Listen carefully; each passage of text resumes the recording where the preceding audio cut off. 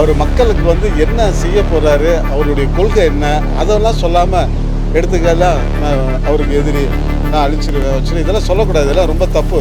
சாதாரணமாக இருக்கிற காத்து சூறாவளியாக மாறும், ஏன் சக்தி மிக்க புயலா கூட மாறும்.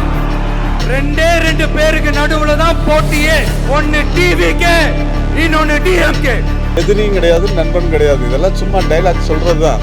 நாளைக்கு கூட்டணி வாங்கினா போட்டி போக போறாரு. இதெல்லாம் வந்து ஒரு பெரிய விஷயமே இல்லை. ஜோசப் விஜய் அவர்களே, கூட்டம் எனக்கு கூட தான் கூடுது. என்னுடைய அருமை தம்பி எங்க நின்னாலும் 26ல் எங்க நின்னாலும் அவர் எதிர்த்து நிற்க நான் தயாரா இருக்கிறேன். அவர் தயாரான்னு கேட்டுங்க.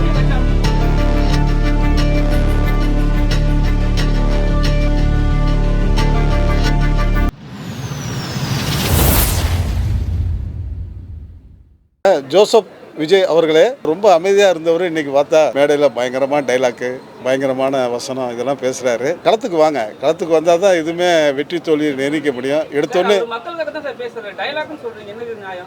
இல்லை, அதாவது பேசணும். அவர் டைலாக் மாதிரி இங்கிட்டு அங்கிட்டு போகிறாரு வராரு, வீரபாண்டி கட்டரமம்மா வசனம்லாம் பேசுகிறாரு. அது வந்து அந்த அளவுக்கு வந்து மக்கள் பாதி பேர் ஏற்றுக்கலாம். கூட்டம் எனக்கு கூட தான் கூடுது. கூட்டத்தை வச்சு எதுவுமே நம்ம கவனிக்க முடியாது. எனக்கும் ரசிகர்கள் ஏகப்பட்ட பேர் இருந்தாங்க. நானும் கட்சி ஆரம்பிக்கணும் ரொம்ப தீவிரமாக முயற்சி எடுத்தேன். கடைசியில் என்ன சூழ்நிலை தள்ளிடுச்சு. அதனால் என்னுடைய அருமை தம்பி எங்கே நின்னாலும் 26ல் எங்கே நின்னாலும் அவர் எதிர்த்து நிற்க நான் தயாராக இருக்கிறேன். அவர் தயாரான்னு கேட்டுங்க. கட்சியில் ஆரம்பிக்க மாட்டேன். பெரிய கட்சி கூப்பிட்டா கண்டிப்பாக அவங்க சார்பாக நிற்பேன். இல்லை சுயேட்சையாக நின்று அது வாய்ப்பு கிடைச்சா சேருவேன் கண்டிப்பாக. எதிரியும் கிடையாது, நண்பன் கிடையாது. இதெல்லாம் சும்மா டைலாக் சொல்கிறது தான். நாளைக்கு கூட்டணி வாங்கினா போட்டி போக போகிறாரு. இதெல்லாம் வந்து ஒரு பெரிய விஷயமே இல்லை. அவர் மக்களுக்கு வந்து என்ன செய்ய போகிறாரு, அவருடைய கொள்கை என்ன, அதெல்லாம் சொல்லாமல் எடுத்துக்கலாம் நான் அவருக்கு எதிரி, நான் அழிச்சிருவேன் வச்சு இதெல்லாம் சொல்லக்கூடாது. இதெல்லாம் ரொம்ப தப்பு.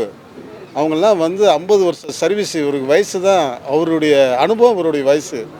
அதனால் எடுத்தவங்க ஒருத்த மேடையில் கூட்டம் இருக்குது, மக்கள் இருக்காங்கன்னு சொல்லி பேச வேணாம். எதுவுமே நான் உங்களுக்கு எனக்கு வந்து ரொம்ப மானசீகமாக நான் வந்து தமிழக முதல்வர் ரொம்ப நேசிக்கிறேன். அவர் இப்படி பேசும்போது நான் ரொம்ப வேதனைப்பட்டேன். என்னடா இவர் இப்படி பேசிகிட்டு இருக்காரு, ஒரு நடிகராக இருந்து இப்படிலாம் பேசலாமா? அவர் முதல்ல நடிகருக்கும் டெக்னீஷியனுக்கும் மற்ற கலைஞருக்கும் அவர் உதவி பண்ணட்டும். அதை விட்டுவிட்டு நான் மக்களுக்கு அதை செய்கிறேன் இதை செய்கிறேன்னு சொல்கிறாரு. அது முதல்ல செய்யணும். களத்தில் இறங்கி அவர் வேலை பார்க்குறதா என்னுடைய ஆசை.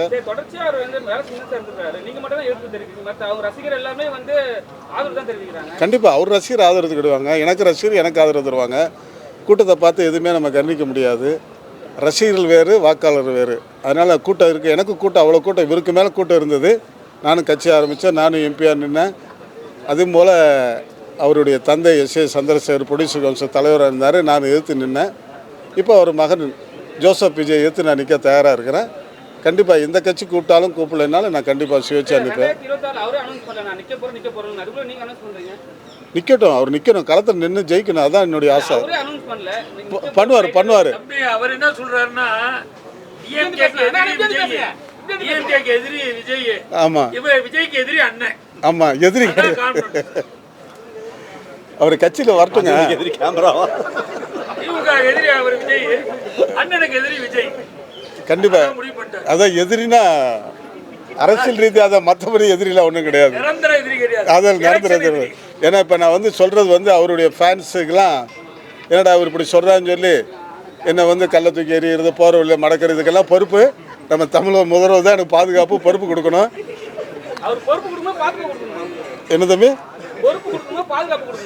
பாதுகாப்பு கிடையாது. ஏதோ உயிருக்கு அச்சுறுத்தல், திடீர்னு ஃபோன் வரும், திடீர்னு மிரட்டுவாங்க. எனக்கு ஏகப்பட்ட பேர் மிரட்டியிருக்காங்க, கடத்தியிருக்காங்க. அதெல்லாம் தனிப்பட்ட முறையில். இப்போ நான் வந்து அவர் ஒரு கட்சி தலைவர், அவரை எதிர்த்து நான் பேட்டி கொடுக்குறேன். பாப்பா எதுனாலும் சந்திக்க தயாராக இருக்கிறேன்.